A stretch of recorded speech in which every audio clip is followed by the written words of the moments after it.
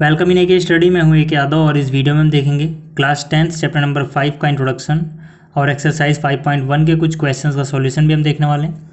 और अब तक मैंने क्लास 10 के जितने भी चैप्टर्स अपलोड किए हैं उनकी प्लेलिस्ट का लिंक आपको इस वीडियो के डिस्क्रिप्शन में मिल जाएगा, आप वहाँ से देख सकते हैं। तो शुरू करते हैं। देखो, सबसे पहला जो क्वेश्चन है वो ये है कि अर्थमेटिक प्रोग्रेशन यानी कि AP क्या होता है।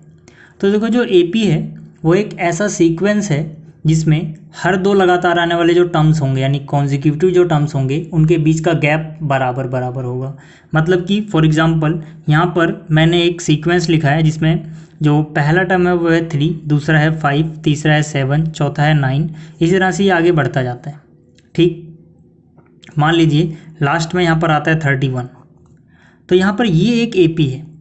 ठीक है, इसको मैं क्या बोल सकता हूँ, एक अर्थमेटिक प्रोग्रेशन यानी कि AP। अब ये एक AP क्यों है, क्योंकि मैंने भी आपको बताया था कि एक ऐसा सीक्वेंस जिसमें गैप बराबर बराबर होगा हर दो टर्म्स का जो लगातार आ रहे हैं उसको हम बोलेंगे AP। तो यहाँ से अगर आप 5 और 3 यानी 5 में से 3 घटाओ तो आपको कितना मिलेगा, 2 मिलेगा, यानी यहाँ पर गैप है 2 का। इस तरह से 7 में से 5 घटाओ, यहाँ पर भी आपको 2 मिलेगा। 9 में से 7 घटा दो तब भी आपको 2 मिलेगा।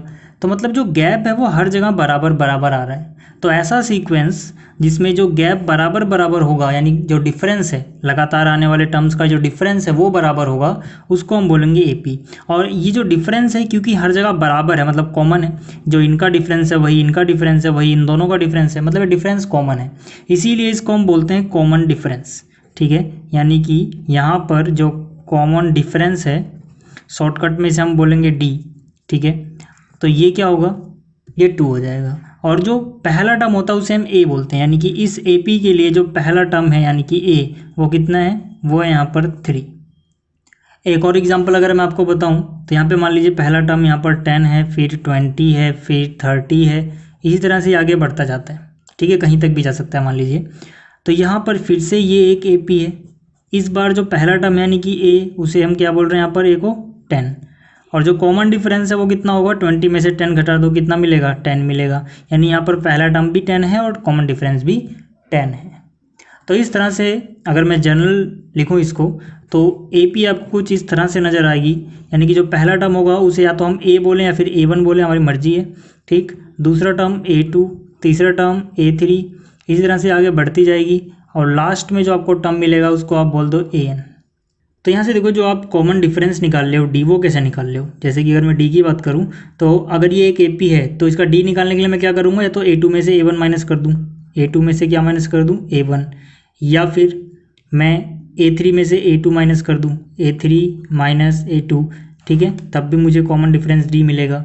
तो यहाँ पे अगर मान लीजिए मेरे पास nth टर्म है, यहाँ पर मेरे पास AN है, तो उसमें से क्या माइनस करूँ, यहाँ पे AN है तो इससे पहले क्या आया होगा, इससे पहले जो आया होगा यानी कि N से 1 कम आया होगा। देखो यहाँ पे अगर 2 है तो यहाँ 2 से 1 कम यानी 2 माइनस 1 1 आया।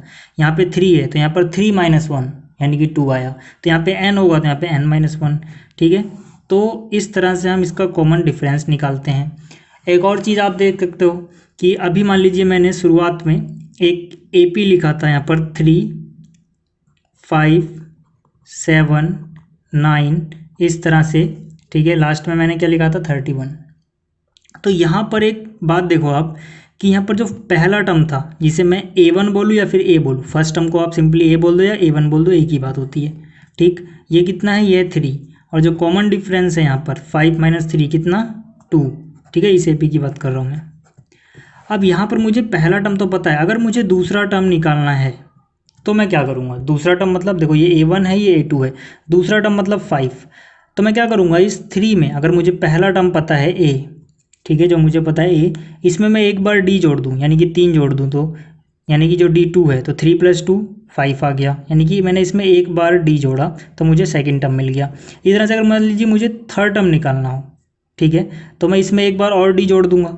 ठीक है, D की वैल्यू कितनी है हमारे पास, 2 है, तो 3 में 2 जोड़ा 5 में यानी D यानी कि 2 जोड़ दो, 5 और 2 7।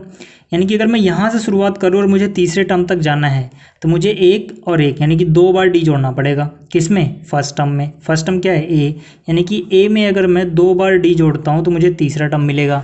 इसी तरह से अगर मुझे चौथे टर्म पे जाना है, कहाँ से, शुरुआत से, तो एक बार 2 बार 3 बार D जोड़ना पड़ेगा। यानी कि A4 के लिए मुझे A में पहले टर्म में 3 बार D ऐड करना पड़ेगा, यानी 3D।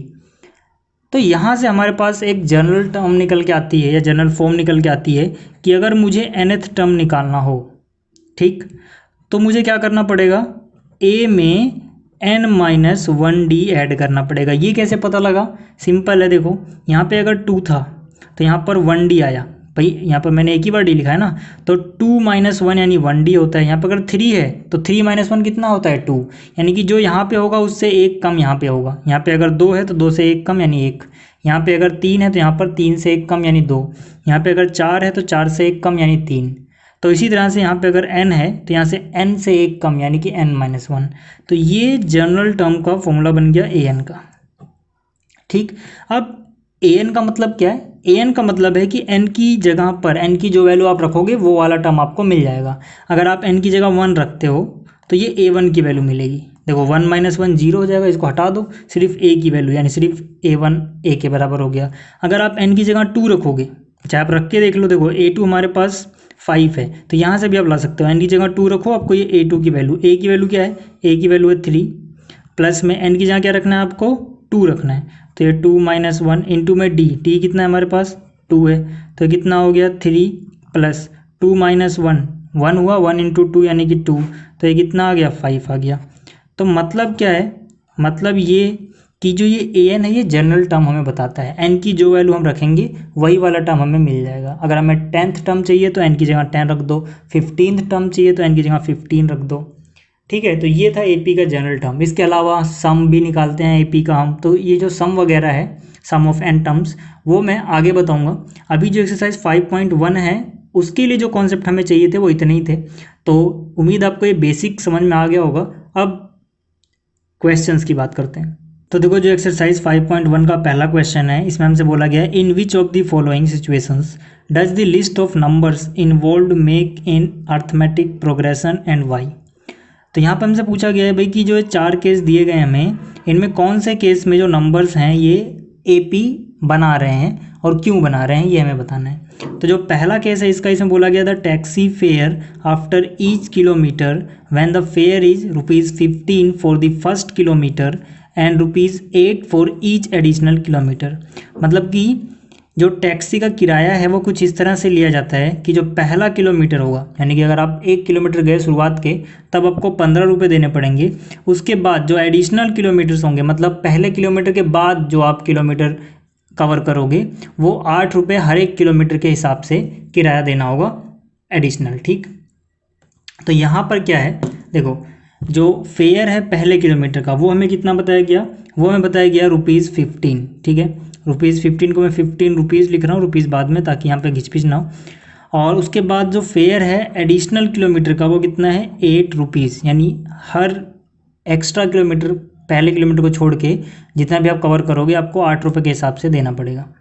तो यहाँ से अगर मैं बात करूँ फेयर, ठीक है, या फिर किलोमीटर वाइज फेयर, तो ये कितना हो जाएगा, देखो पहले किलोमीटर में आपने कितने रुपए दिए 15, सेकंड में जाए अगर आप 2 किलोमीटर जाते हो तो पहले किलोमीटर का 15 रुपये तो दोगे ही दोगे, 8 रुपये एक्स्ट्रा और लग जाएंगे, तो 15 और 8 23, ठीक है ना। ये कैसे आया, 15 रुपये आपने किराया दिया पहले किलोमीटर का, जैसे ही आप सेकंड किलोमीटर जाओगे 1 किलोमीटर के अलावा तो 8 रुपये किराया और ज़्यादा देना पड़ेगा, यानी 15 में आप 8 ऐड करोगे 23।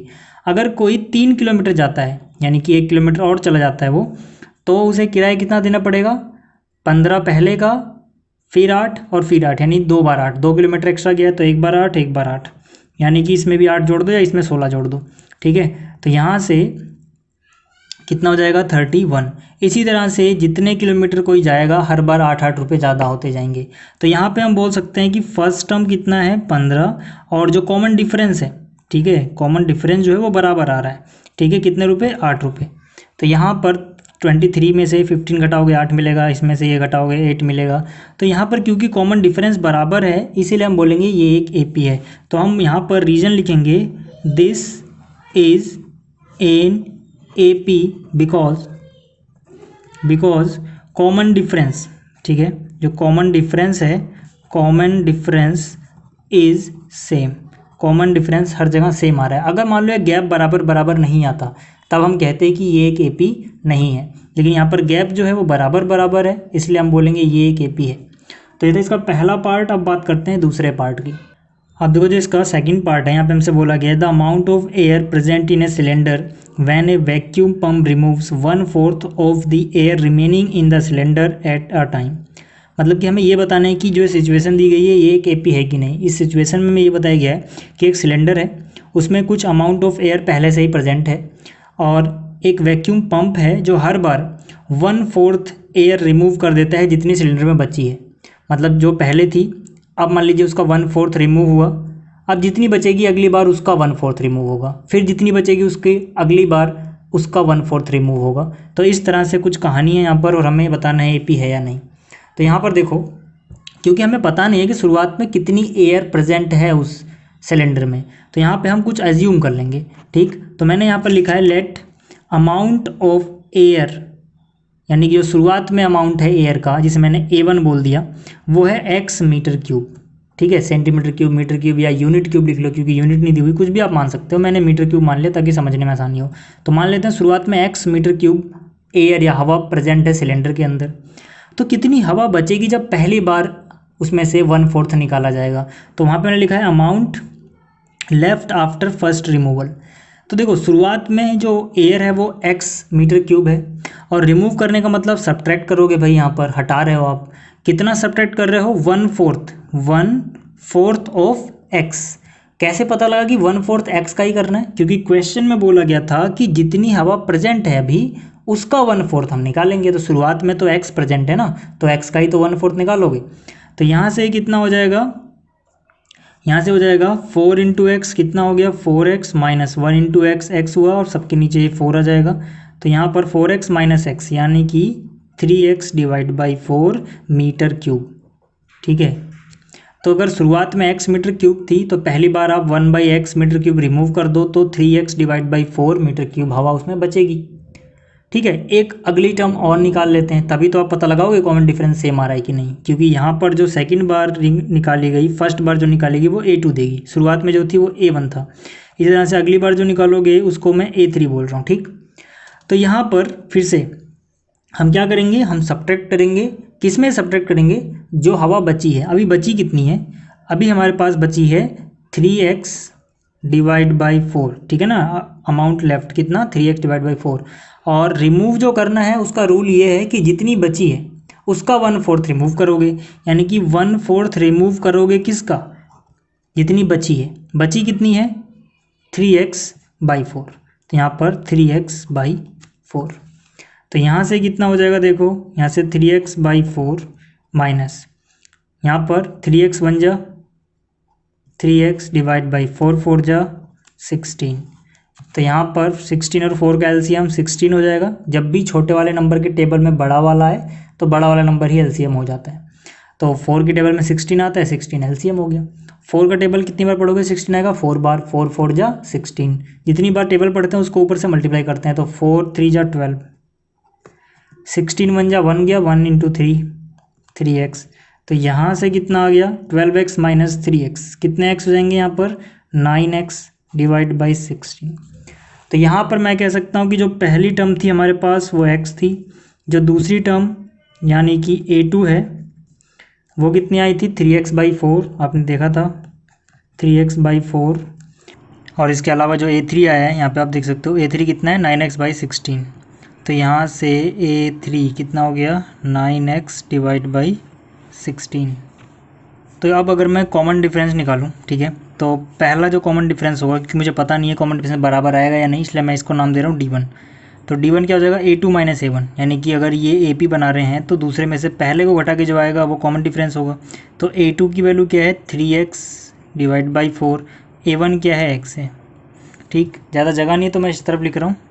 तो यहाँ से कितना हो जाएगा? 3x ऐसे ही रहेगा, 4 इंटू एक्स यहाँ हो गया माइनस 4x डिवाइड बाई कितना है? 4। तो यहाँ से 3x में से 4x जाएगा, माइनस x बचेगा डिवाइड बाई 4।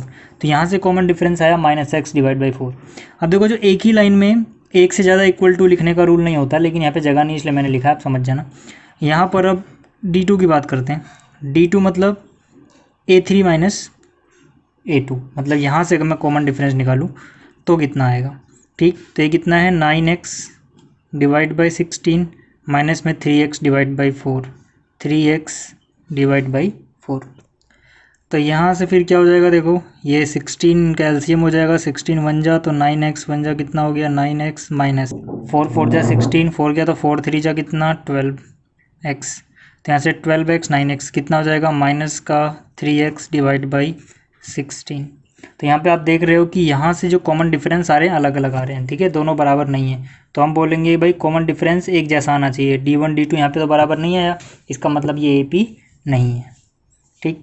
तो ये था इसका सेकंड पार्ट। अब बात करते हैं थर्ड पार्ट की। अब जो जिसका फोर्थ पार्ट है, यहाँ पे हमसे बोला गया the amount of money in the account every year when ₹10,000 is deposited at compound interest at 8% per annum. तो यहाँ पर क्या है, यहाँ पर शुरुआत में जो पैसा जमा किया गया उसको हम बोल देते हैं A1, ठीक है। A2 कैसे निकलेगा, इसमें जो इंटरेस्ट आएगा वो आप जोड़ दो, यानी कि देखो 10,000 तो जमा किए ही थे और 8% इसका इंटरेस्ट मिलेगा एक साल में। तो यानी कि 8% ऑफ कितने जमा किए थे हमने 10,000, ये एक्स्ट्रा हो जाएगा, ये इंटरेस्ट हो गया, ये क्या था शुरुआत का प्रिंसिपल, ठीक है। तो यहाँ से ये हो गया 10,000 तो था ही, इसका 8% मतलब 8 डिवाइड बाई 100 ऑफ 10,000। तो यहाँ से 20 से 20 कट गया, ठीक है। 100 इंटू 8 कितना हो गया 800, तो 10,000 प्लस 800 यहाँ से आ गया, यानी कि ये हो गया 10,800 रुपीज़। इसी तरह से A3 की बात करते हैं।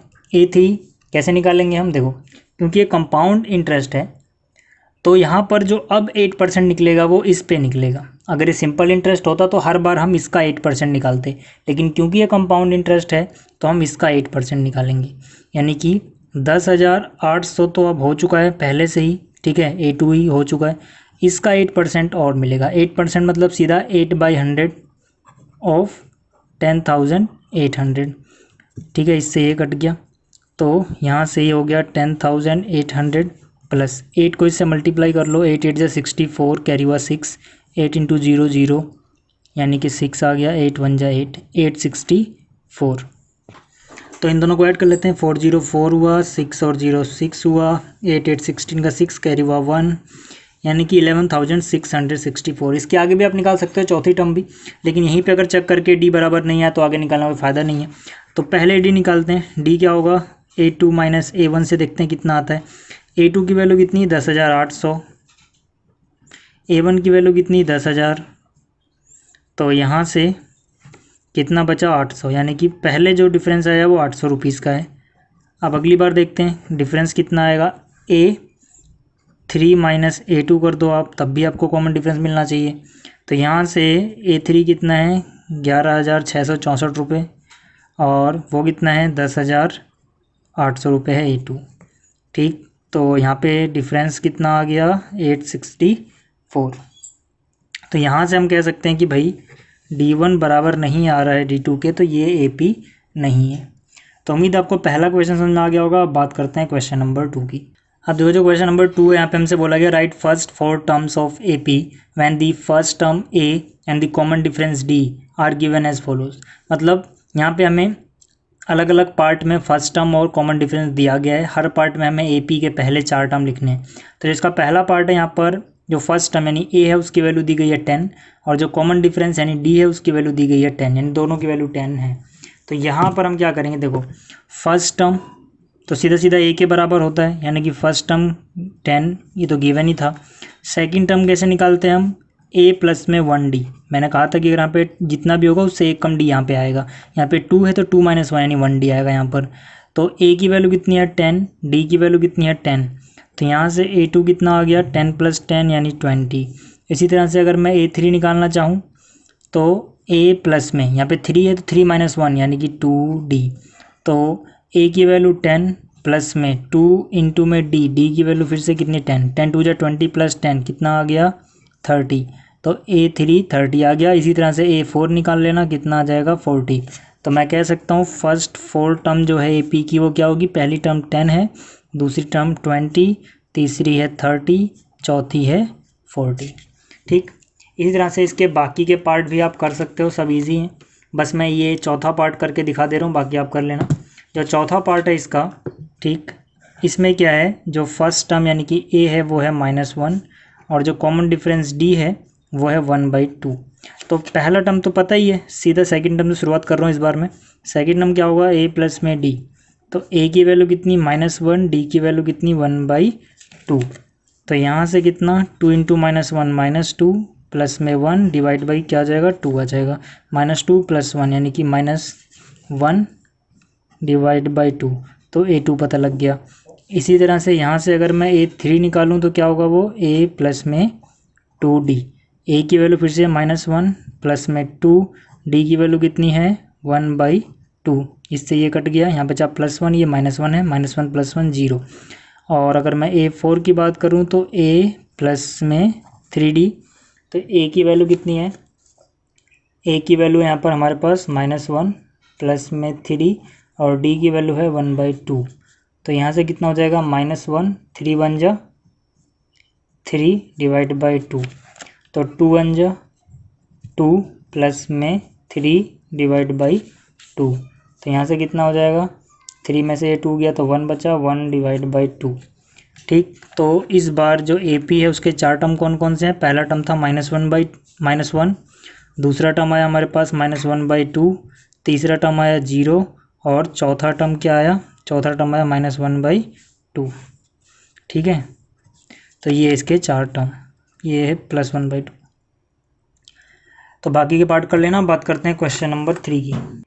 आप देखो जो क्वेश्चन नंबर 3 है यहाँ पे हमसे बोला गया for the following APs right the first term and the common difference. मतलब जो भी यहाँ पर हमें गिवन है वो सबके सब AP हैं, चेक नहीं करना है, पहले से ही बता दें कि AP हैं। और यहाँ पे हमें फर्स्ट टर्म और कॉमन डिफरेंस बस लिख देना है। तो यहाँ पर जो पहला पार्ट है वो मैंने कॉपी कर लिया है, 3 1 -1 और -3। तो सिंपल सी बात है, पहला टर्म जो आपको नज़र आ रहा है वही फर्स्ट टर्म हो गया, यानी कि 3 हो गया। कॉमन डिफरेंस किन्हीं भी दो लगातार आने वाले टर्म का डिफरेंस होता है। अगर ये AP है तो हमें गिवन है कि पहले से AP है, तो इसमें से आप क्या करो 1 में से 3 घटा लो, 1 - 3, तो कितना हो जाएगा ये -2। तो यहाँ पर हमें बस यही दो चीज़ पता करनी थी, हमने दो चीज़ पता कर ली भाई। ठीक, तो ये ऐसे ही आप बाकी के पार्ट कर लेना। मैं एक और करके दिखा दे रहा हूँ, पार्ट नंबर 3। ठीक है, पार्ट नंबर जो 3 है इसमें दिया गया है 1/3, 5/3, 9/3, 13/3। तो भाई पहला टर्म यानी फर्स्ट टर्म कितना है 1/3। कॉमन डिफरेंस कैसे निकालोगे, इसमें से घटा दो। यहाँ पर क्या है 5/3 -1/3। जब भी नीचे का LCM सेम हो, मतलब नंबर सेम और नीचे का डिनोमिनेटर, तो सीधा सीधा जो हो रहा है वो कर दो, प्लस या माइनस है तो 5 - 1 यानी 4। तो कॉमन डिफरेंस कितना 4/3। इस तरह से बाकी पार्ट कर लेना। तो इस वीडियो में इतना ही, मिलते हैं फिर अगली वीडियो में, तब तक के लिए गुड बाय।